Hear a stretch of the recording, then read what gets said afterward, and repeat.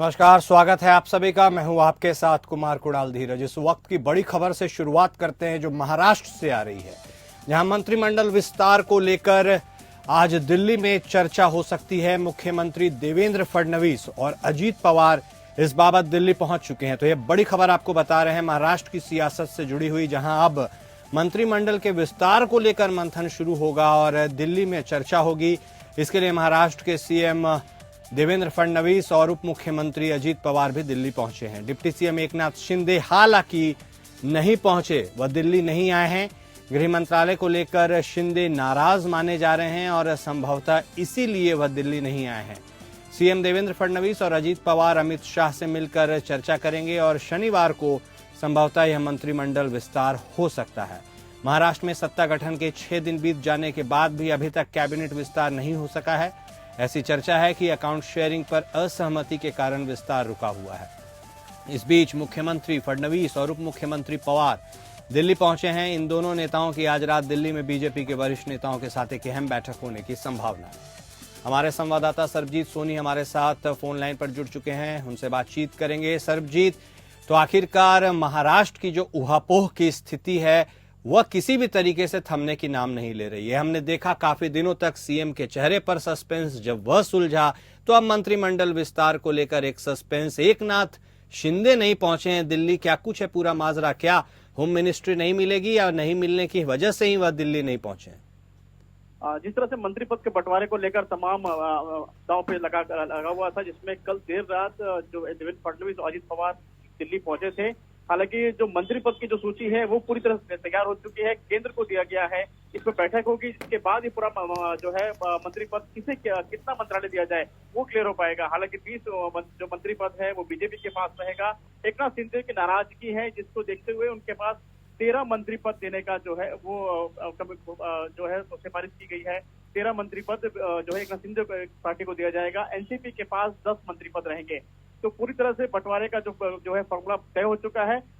दिल्ली में बैठक के बाद मुंबई में भी जो तीनों जो पार्टियां हैं उनमें बैठक होगी। एकनाथ शिंदे भी वहां पे शामिल होंगे, डेप्यूटी जो चीफ मिनिस्टर वहां पे भी शामिल होंगे और देवेंद्र फडणवीस।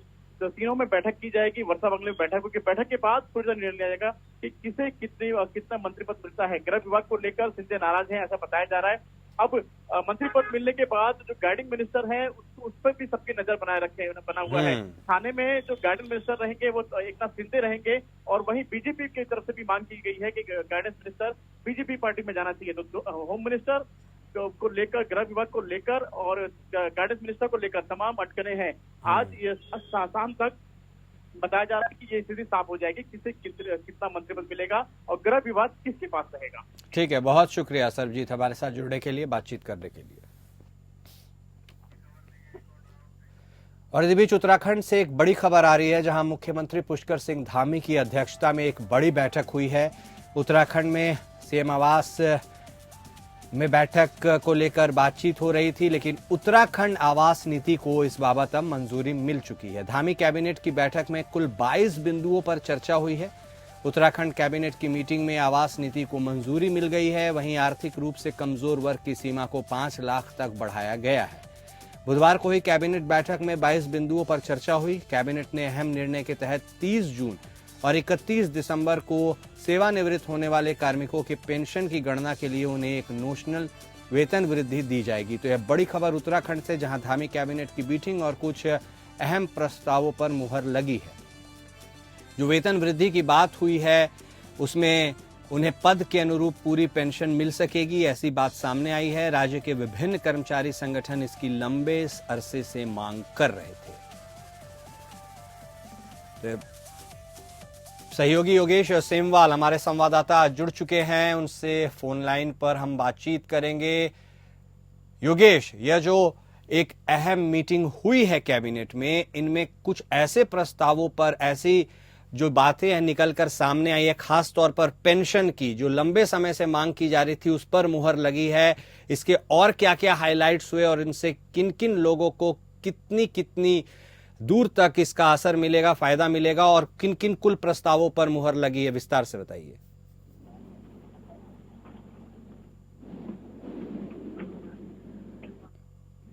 योगेश, सुन पा रहे हैं आप हमें?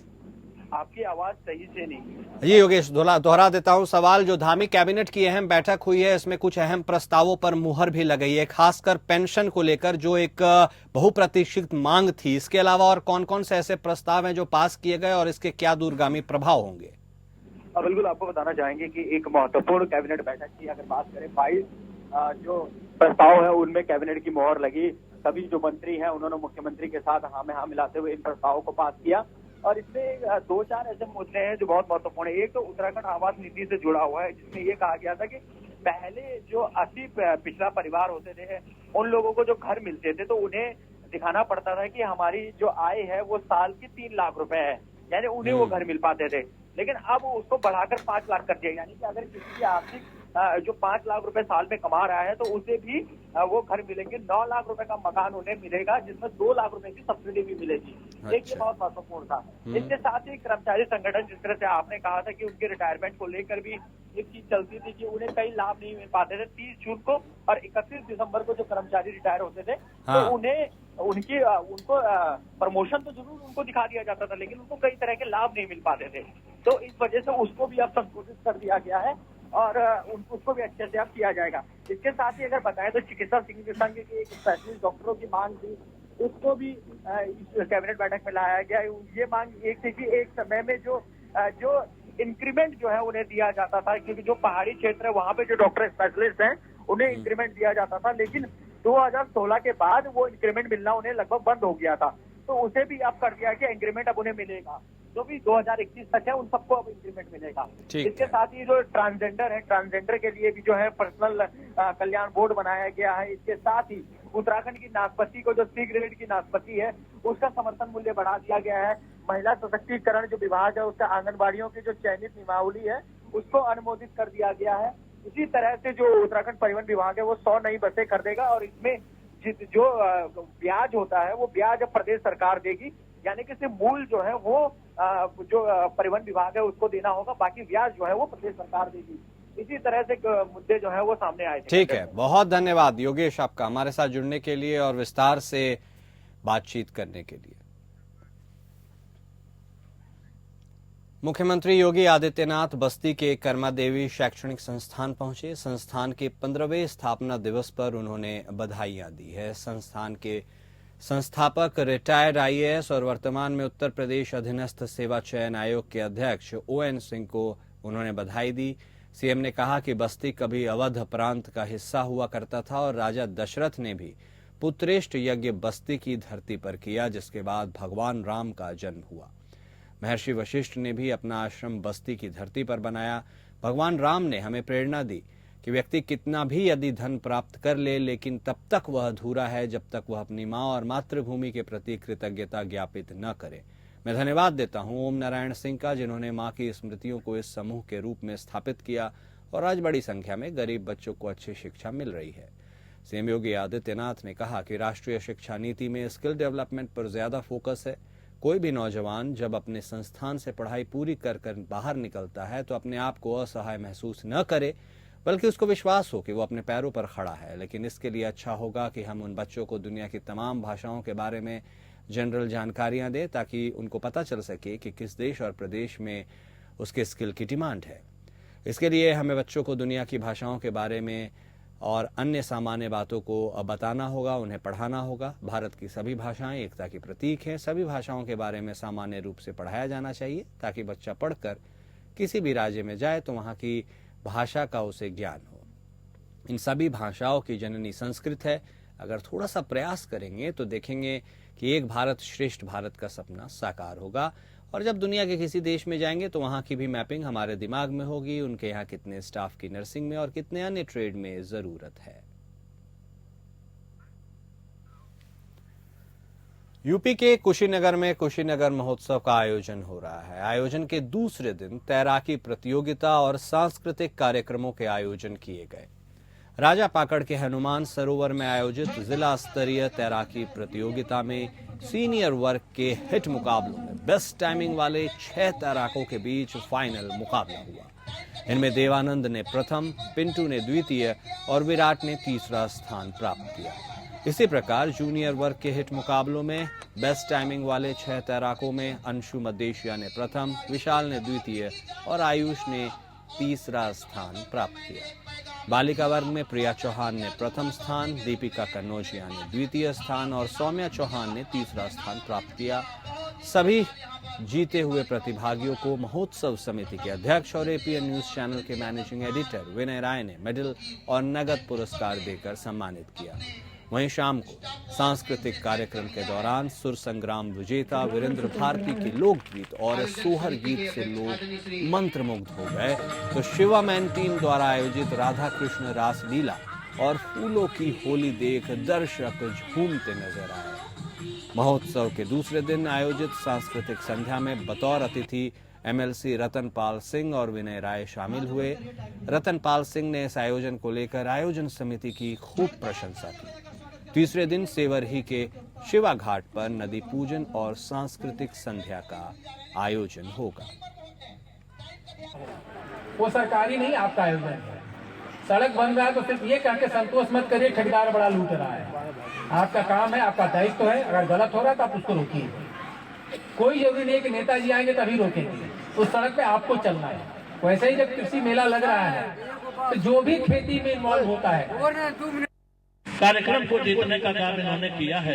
ऐसे हमारे बहुत सारे बच्चे ऐसे कार्यक्रमों से निकल करके अच्छा अपना परफॉर्मेंस दे करके देश और प्रदेश में अपने क्षेत्र का नाम रोशन करेंगे। अभी बहुत ही ज्वलंत एक अपने कार्यक्रम के माध्यम से इन्होंने समाज की जो सबसे बड़ी कुरीति थी, बेटियों के प्रति लोग कैसे बेटी पैदा होने पर कैसे व्यवहार करते हैं, सोहर के माध्यम से आप सबके बीच में रख रहे थे।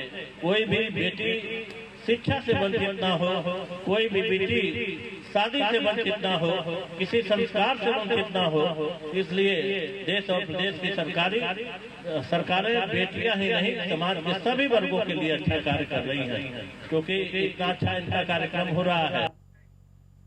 उत्तर प्रदेश राज्य महिला आयोग की सदस्य जिला अस्पताल पहुंची, जहां पर उन्होंने स्वास्थ्य सेवाओं का जायजा लिया और फिर वन स्टॉप सेंटर का भी निरीक्षण किया है। इस दौरान उन्होंने महिलाओं को सरकारी योजनाओं की जानकारी भी दी है।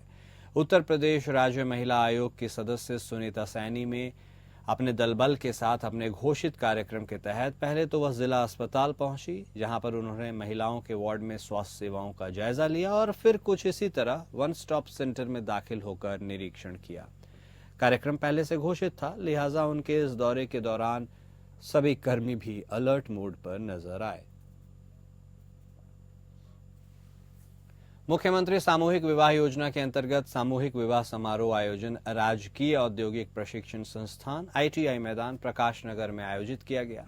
शादी समारोह में मुख्य अतिथि के रूप में जिला पंचायत अध्यक्ष श्रीमती सपना सिंह और सीडीओ गाजीपुर संतोष वैश्य और उपस्थित मंचासीन अतिथियों द्वारा संयुक्त रूप से दीप प्रज्वलित कर इसका शुभारंभ किया गया। सामूहिक विवाह योजना में कुल 77 जोड़ों का सामूहिक विवाह हुआ, पूरे विधि विधान के साथ संपन्न हुआ। अभी पिछले दिनों 177 जोड़ों का विवाह कराया गया था। सामूहिक विवाह के अवसर पर उपस्थित जनप्रतिनिधि और अधिकारियों ने नवविवाहित वर वधू को उनके वैवाहिक जीवन की मंगल कामना देते हुए उन्हें शुभकामनाएं दी। सामूहिक विवाह में सभी जोड़ों का विवाह रीति रिवाज के अनुसार हुआ। नव दाम्पत्य को विवाह प्रमाण पत्र भी दिया गया। उल्लेखनीय है कि इस योजना के तहत राज्य सरकार आर्थिक रूप से कमजोर परिवारों की बेटियों और विधवा या तलाकशुदा महिलाओं के पुनर्विवाह में मदद करती है। सरकार की योजना के तहत हर लाभार्थी जोड़े के विवाह पर सरकार कुल 51,000 रुपए खर्च करती है, जिससे प्राधिकृत अधिकारी जांच करते हैं। इस योजना के तहत दुल्हन के खाते में 35,000 रुपए जमा किए जाते हैं। 10,000 रुपए वैवाहिक सामग्री खरीदने के लिए दिए जाते हैं।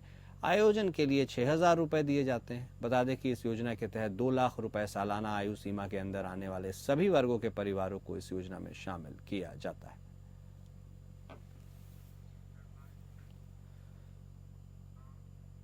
अलीगढ़ में एक बार फिर भारतीय जनता पार्टी के इगलास विधानसभा के विधायक राजकुमार और उनके सहयोगी के द्वारा नए विवाद को जन्म दिया गया है। उनके द्वारा ऐसी जगह पर शौचालय का निर्माण कराया है जिसको लेकर स्थानीय लोगों के द्वारा विधायक की कार्यशैली पर ही सवाल खड़े कर दिए गए हैं। इसके साथ ही विधायक को लेकर उनके द्वारा मनमानी करने के आरोप लगाए गए हैं। राजकुमार सहयोगी उनके विधायक हमेशा विवादों को लेकर सुर्खियों में बने रहते हैं। फिर यह कार्य सियासी उफान लाता हुआ नजर आ रहा है। राजकुमार की अगर बात की जाए तो उनके द्वारा अलीगढ़ के थाना दिल्ली गेट इलाके में उनकी दुकान और मकान है। विधायक के द्वारा प्राइवेट प्रॉपर्टी के बाहर शौचालय का निर्माण करा दिया गया। निर्माण की खबर जब आसपास के लोगों को हुई तो उनके द्वारा विधायक द्वारा कराए गए शौचालय को ध्वस्त किया गया। इसके साथ ही विधायक को लेकर कड़ी प्रतिक्रिया जाहिर की गई। स्थानीय निवासी के द्वारा पूरे मामले पर जानकारी दिया गया और उन्होंने बताया कि पत्थर बाजार में जमीन है जिसके आगे विधायक राजकुमार के द्वारा गलत तरीके से शौचालय का निर्माण कराया गया है। वह इससे काफी आहत हैं। वो पैरालिसिस और हार्ट पेशेंट हैं। विधायक राजकुमार के द्वारा अगर निर्माण कराना है तो अपनी कोठी के आगे वह निर्माण कराए। वो चाहते हैं सभी लोग यहाँ से अपनी मकान और दुकान बेच दें और सस्ते दामों में उनको यह जमीन सौंप दे। ऐसा कृष्ण कुमार ने कहा। उनके द्वारा उनकी जमीन की कीमत कम करने के लिए शौचालय का निर्माण कराया जा रहा है। वहीं मैनपुरी के बरनाहल थाना क्षेत्र में तहसील के लेखपाल को एंटी करप्शन की टीम ने रिश्वत लेते हुए रंगे हाथ गिरफ्तार किया। बताया गया कि लेखपाल जमीनी मामले में रिपोर्ट लगाने के लिए 20,000 रुपए की रिश्वत मांग कर रहे थे। लगातार परेशान कर रहे थे। परेशान पीड़िता ने एंटी करप्शन से शिकायत की, जिसके बाद टीम ने जाल बिछाकर लेखपाल को रिश्वत लेते पकड़ा है। बरनाहल क्षेत्र के गांव दिल्ली निवासी रिहान रजा खान ने शिकायत की थी कि उसके खेत से जुड़े जमीनी मामले में जांच कर रहे लेखपाल अजय कुमार शाह ने 10,000 रुपए रिश्वत मांगी थी। एंटी करप्शन टीम को इस बाबत जानकारी दी गई। टीम ने रिश्वत के लिए फिनेफ्थलीन पाउडर लगे नोट पीड़िता को देकर लेखपाल को देने की योजना बनाई। लेखपाल ने करहल बाईपास पुल के पास पीड़िता को बुलाया। जैसे ही उसने नोट लेकर अपनी जेब में रखे, एंटी करप्शन की टीम ने उसे दबोच लिया। जांच के दौरान जब लेखपाल के हाथ केमिकल वाले पानी में डाले गए तो उसके हाथ लाल हो गए। इसके बाद टीम ने उसे हिरासत में लेकर बरनाहल थाने में भ्रष्टाचार अधिनियम के तहत मामला दर्ज किया है। लेखपाल की गिरफ्तारी से तहसील के अन्य कर्मियों में हड़कंप मच गया है। इसके साथ ही एंटी करप्शन की टीम लेखपाल को लेकर आगे की कार्रवाई करने के में जुट गई है।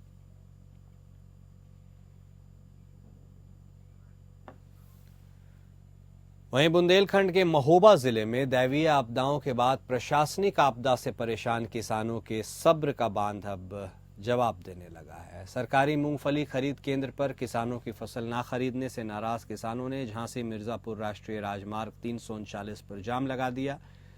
किसानों के सड़क जाम के 10 रोडवेज बस उसमें फंस गए। इस जाम के कारण इस दौरान राष्ट्रीय राजमार्ग पर किसानों के जोरदार प्रदर्शन में शामिल बुंदेलखंड किसान यूनियन सहित तमाम किसान संगठन के नेताओं ने पहुंचकर जिला प्रशासन के आला अधिकारियों के खिलाफ जमकर नारेबाजी कर अपना आक्रोश जताया है। इस दौरान जाम खुलवाने पहुंचे महोबा शहर कोतवाल अर्जुन सिंह और किसान नेता के बीच तीखी नोकझोंक देखने को मिली है। उत्तर भारत सहित बुंदेलखंड के महोबा जिले में 2 दिनों से जारी शीतलहर और गलन बड़ी भीषण ठंड के बीच किसान अपनी फसल को बेचने के लिए सरकारी खरीद केंद्र पहुंच रहे हैं। सरकारी खरीद केंद्र खुलते ही सदर तहसील के पचपहरा गांव के समीप स्थित सरकारी केंद्र पर हजारों किसान अपनी उपज बेचने पहुंचे। 60 से अधिक ट्रैक्टर और लोडर वाहन भी वहां मौजूद थे, लेकिन इसके बावजूद खरीद केंद्र के जिम्मेदारों द्वारा व्यापारियों की मूंगफली की खरीद किए जाने से किसान आंदोलित हो गए।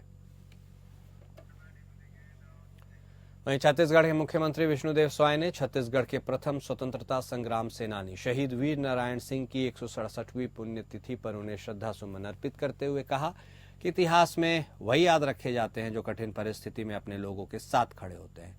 उन्होंने कहा कि मुझे इस बात की खुशी है कि शहीद वीर नारायण सिंह ने भूख के खिलाफ जो संघर्ष छेड़ा उसे छत्तीसगढ़ सरकार ने जारी रखा है। देश को खाद्य सुरक्षा का सबसे बढ़िया मॉडल छत्तीसगढ़ ने दिया। हमने यह सुनिश्चित किया कि कोई भी भूखे पेट न सोए। छत्तीसगढ़ में हमने धान खरीदी का एक व्यवस्थित मॉडल तैयार किया जिसकी देश भर में प्रशंसा हुई। प्रधानमंत्री गरीब कल्याण अन्न योजना छत्तीसगढ़ में आगामी 5 सालों के लिए लागू किया गया। राज्य के 68 लाख परिवारों को निःशुल्क खाद्यान्न मिल रहा है। मुख्यमंत्री स्वाय ने यह बातें बालोद जिले के राजाराव पठार करेझर में आयोजित आदिवासी समाज के विराट वीर मेला में विशाल जनसभा को संबोधित करते हुए कहा। मुख्यमंत्री ने इससे पूर्व शहीद वीर नारायण सिंह की प्रतिमा पर माल्यार्पण कर उन्हें श्रद्धा सुमन अर्पित किया और जनजातीय समुदाय के देवी देवताओं की पूजा अर्चना कर प्रदेश की जनता की समृद्धि और खुशहाली की कामना की। मुख्यमंत्री स्वाय ने इस अवसर पर मुख्य मार्ग से राजाराव बाबा स्थल तक पहुंचने के लिए पहुंच मार्ग और आवश्यकता अनुसार पुल पुलिया निर्माण की स्वीकृति दी। मेला स्थल पर पेयजल व्यवस्था के लिए 20 लाख रुपए और महिला सदन निर्माण के लिए 30 लाख रुपए की घोषणा की। इसके साथ ही उन्होंने उपलिखित बातें भी कही।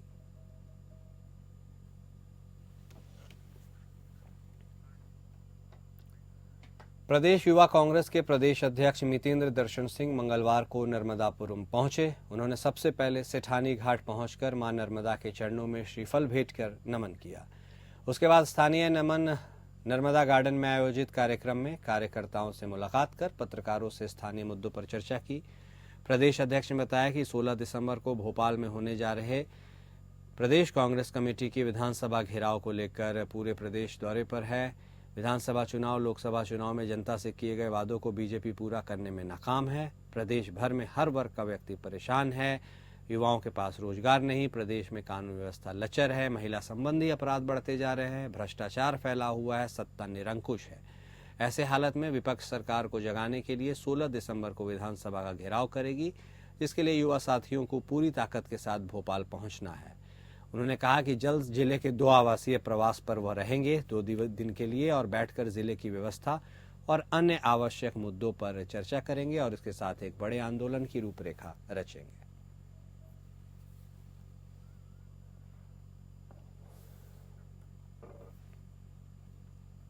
जौनपुर, मथुरा, काशी, अयोध्या, संभल के बाद अब जौनपुर में मंदिर मस्जिद के कारण विवादों में अब बातचीत हो गई है। विवाद आगे बढ़ गया है।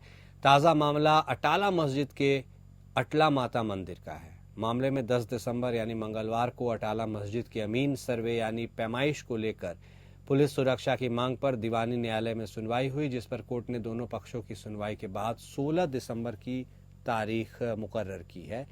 कोर्ट यह तय करेगा कि अमीन सर्वे कब और उसकी टीम में किन किन लोगों को रखा जाएगा। पूर्व की अटाला मस्जिद की सर्वे करने पहुंची अमीन की टीम को मुस्लिम पक्ष ने सर्वे करने से रोका था, जिस पर अमीन की टीम बिना सर्वे वापस लौट आई थी।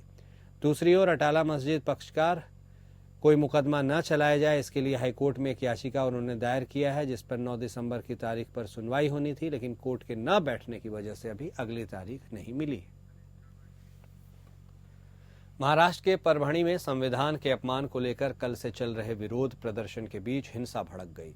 बुधवार दोपहर प्रदर्शनकारियों ने कई इलाकों में आगजनी की। हालात काबू करने के लिए पुलिस ने आंसू गैस के गोले छोड़े। प्रदर्शनकारी संविधान का अपमान करने वालों को फांसी देने की मांग कर रहे थे। परभणी की घटना पर बाबा साहेब के पोते प्रकाश आंबेडकर की प्रतिक्रिया सामने आई है। मंगलवार को किसी उपद्रवी ने परभणी रेलवे स्टेशन के बाहर आंबेडकर की प्रतिमा के पास रखी संविधान की प्रतिकृति को क्षतिग्रस्त किया था, जिसके बाद आगजनी और पथराव हुई थी। इस विरोध में कई संगठनों शहर की बंद की अपील की थी। बंद के दौरान अचानक लोग भड़क गए। उपद्रवियों ने कई जगहों पर आगजनी की। पुलिस ने हालात संभालने के लिए आंसू गैस के गोले छोड़े। और फिलहाल इस बुलेटिन में अभी के लिए इतना ही। नमस्कार।